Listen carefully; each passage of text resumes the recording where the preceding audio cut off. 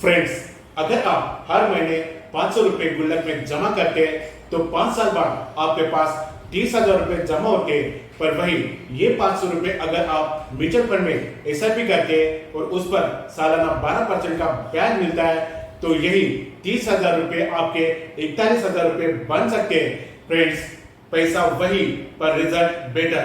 तो आप क्या करना पसंद करेंगे, बैंक में पैसा रखना या फिर उसे इन्वेस्ट करना?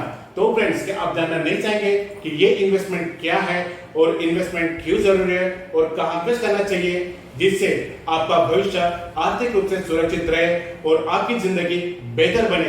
अगर जानना है तो इस वीडियो को पूरा देखें और समझें कि पैसों से पैसा कैसे बनता है।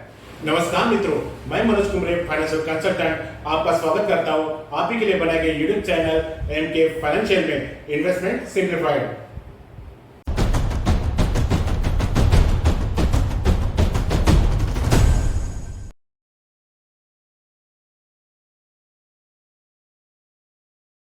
फ्रेंड्स, बचत करना एक अच्छी आदत है, पर सिर्फ बचत से आप अपने फाइनेंशियल गोल्स को पूरा नहीं कर सकते और ना ही आप वेल्थ क्रिएट कर सकते। बचत यानी जो पैसा बचा उसे संभाल कर रखना, तो वही निवेश यानी पैसों को ऐसी जगह पे लगाना जहां से समय के साथ पैसा बढ़े और आपको एक अच्छा रिटर्न दे। आइए इसे एक उदाहरण से समझते हैं। मान लीजिए आपके पास 10,000 रुपए है और आपने उसे अलमारी में रख दिया। 10 साल बाद वो 10,000 रुपए 10,000 रुपए रह गए। पर वही अगर आपने वो 10,000 रुपए किसी म्यूचुअल फंड में डाले होते तो वो आज 20 से 25,000 रुपए हो सकते थे। इसी को हम इन्वेस्टमेंट कहते हैं या फिर पैसों से पैसा बनाना कहते हैं। तो इन्वेस्टमेंट का मतलब है पैसों को ऐसी जगह लगाना जहां से भविष्य में आपको अच्छा मुनाफा मिले। मतलब पैसा आपके लिए काम करे, ना कि आप पैसों के लिए। फ्रेंड्स, तो अब सबसे महत्वपूर्ण सवाल, क्यों जरूरी है इन्वेस्टमेंट करना?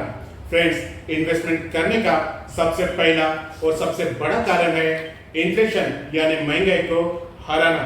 फ्रेंड्स, बढ़ती हुई महंगाई हमारे पैसों की कीमत को कम कर देती है, या कहे हमारे पैसों के परचेसिंग पावर को कम कर देती है। जैसे जो चीज आज 100 रुपए में मिलती है वही चीज अगले साल 107 रुपए की हो जाएगी अगर इन्फ्लेशन दर 60% है तो। इसीलिए हमें निवेश करने की आवश्यकता है। जब हम अपने पैसों को सही जगह निवेश करते हैं तो वो पैसा इन्फ्लेशन के दर से ज्यादा बढ़ता है और हमें अच्छा रिटर्न देता है। तो इन्वेस्टमेंट इन्फ्लेशन से रक्षा करता है और साथ में उसे बढ़ाने में मदद करता है। फ्रेंड्स, इन्वेस्टमेंट करने का दूसरा जो कारण है वो है अपने सपनों को पूरा करना।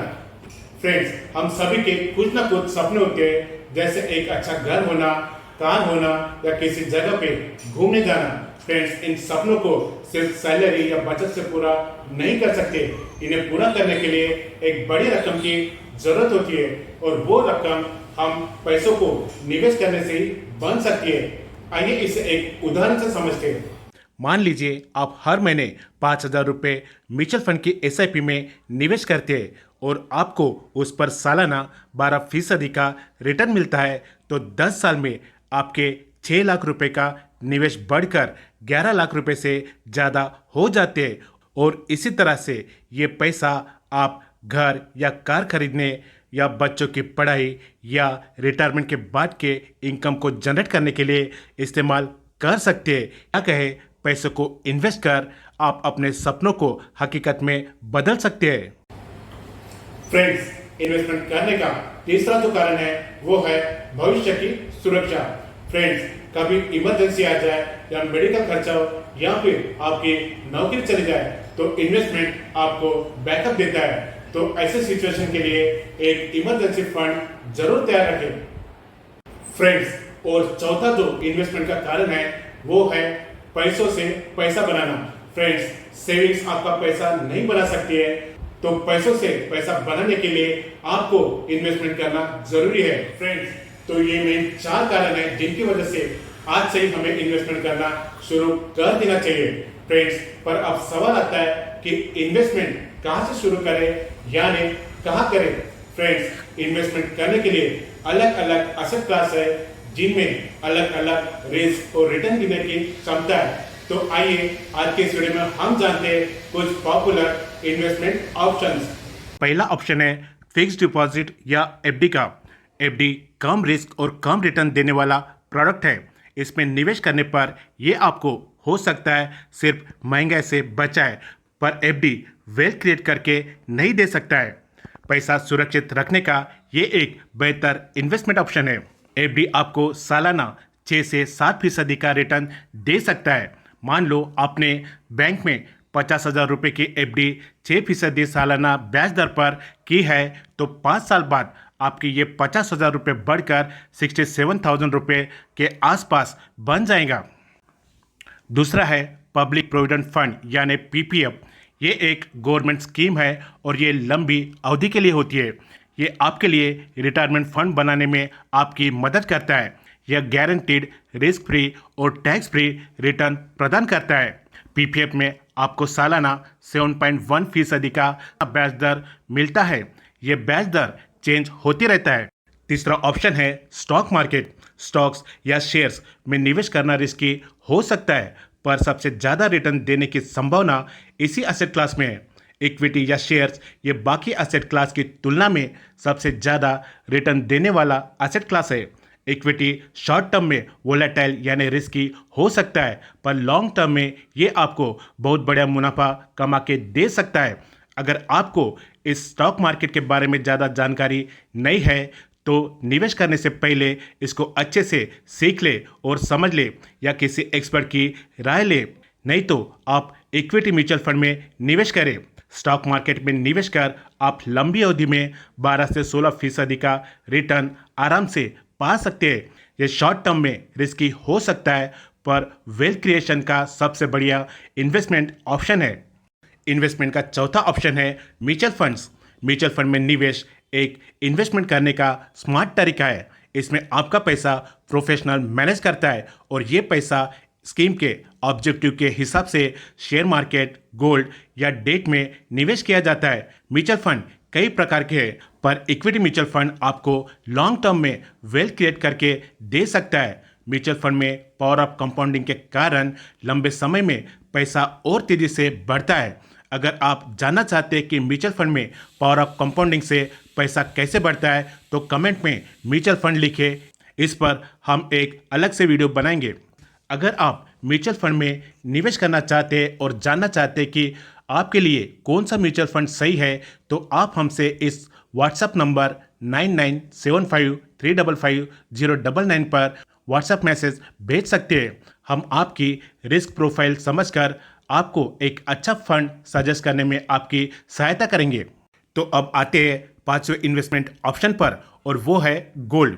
गोल्ड में इन्वेस्टमेंट करना पारंपरिक है, जिस पे लोग आज भी भरोसा करते हैं। 2010 में 10 ग्राम सोने की कीमत 18,000 थी।